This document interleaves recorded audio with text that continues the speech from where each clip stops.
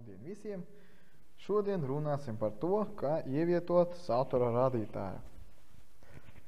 Satura rādītāju ievietošana nepieciešamas sagatavošanas lietas.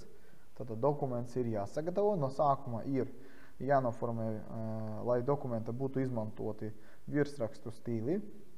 Tad pēc tam šos virsrakstus ir nepieciešams sanumurēt. Un tikai tad var veidot šo satura rādītāju. Priekš tam ir nepieciešams sagatavot vietu, kur būs šis satura rādītājs. Nosacīties var izveidot kādu tukšu rinkopu, kur viņš tiks ievietots. Un principā satura rādītājs Wordā tas ir ievietots lauks, kurā saturs tiek ģenerēts automātiski. Un pirms ievietot satura rādītāju es noteikti jums ieteiktu paskatīties, kādā veidā ir līdzināts teksts šajā tukšajā rinkopā, kur tas satura rādītājs tiks ievietots. Nebūtu vēlams, lai teksta līdzinājums būtu izmantots Justify. Tāpēc, ka satura rādītājs tiek izmanto tabulācijas pieturas, tas saucamās speciālās atkāpes, kuram var mazliet traucēt šīs teksta noformēšanas, teksta līdzināšanas stils. Tāpēc uzreiz šajā vietā mēs ieklišināsim kreiso teksta līdzināšanas stilu.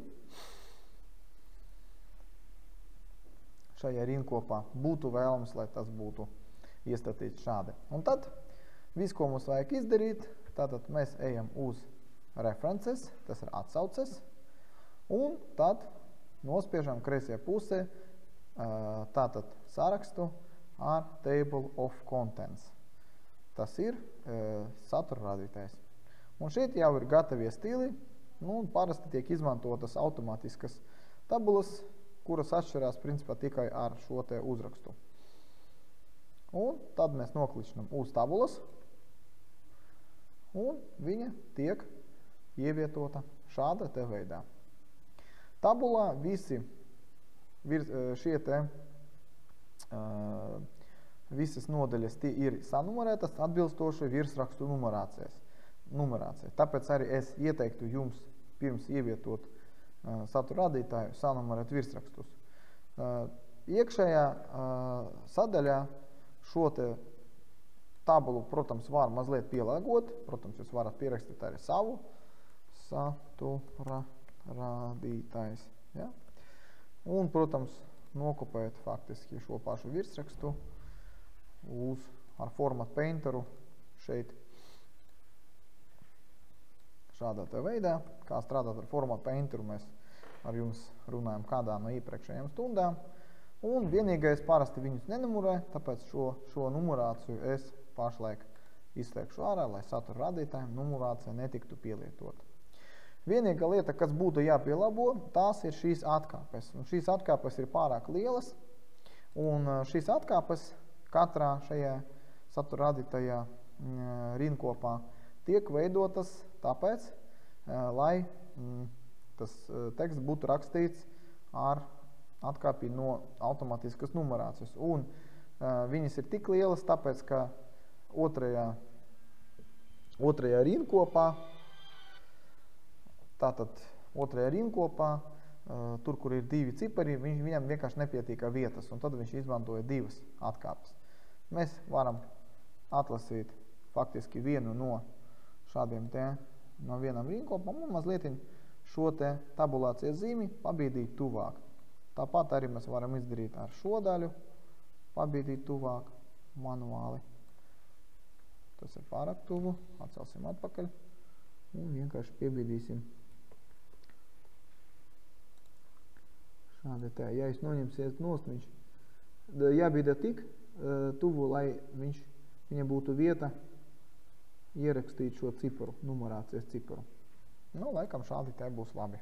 Dažreiz var gadīties situācija, ka satura rādītājs ir jārefrešo, respektīvi jūs esat ieviesuši dokumenta kaut kādas izmaiņas, ir pamainījušas nodaļas, vai tā kaut kādas nodaļas palielinājās, un tagad tas lapašpusu skaits nav īsti pareizs.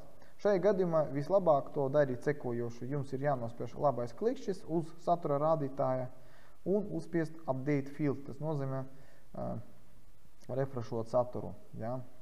Atsvaidzināt saturu, ja? Vai atjaunot saturu.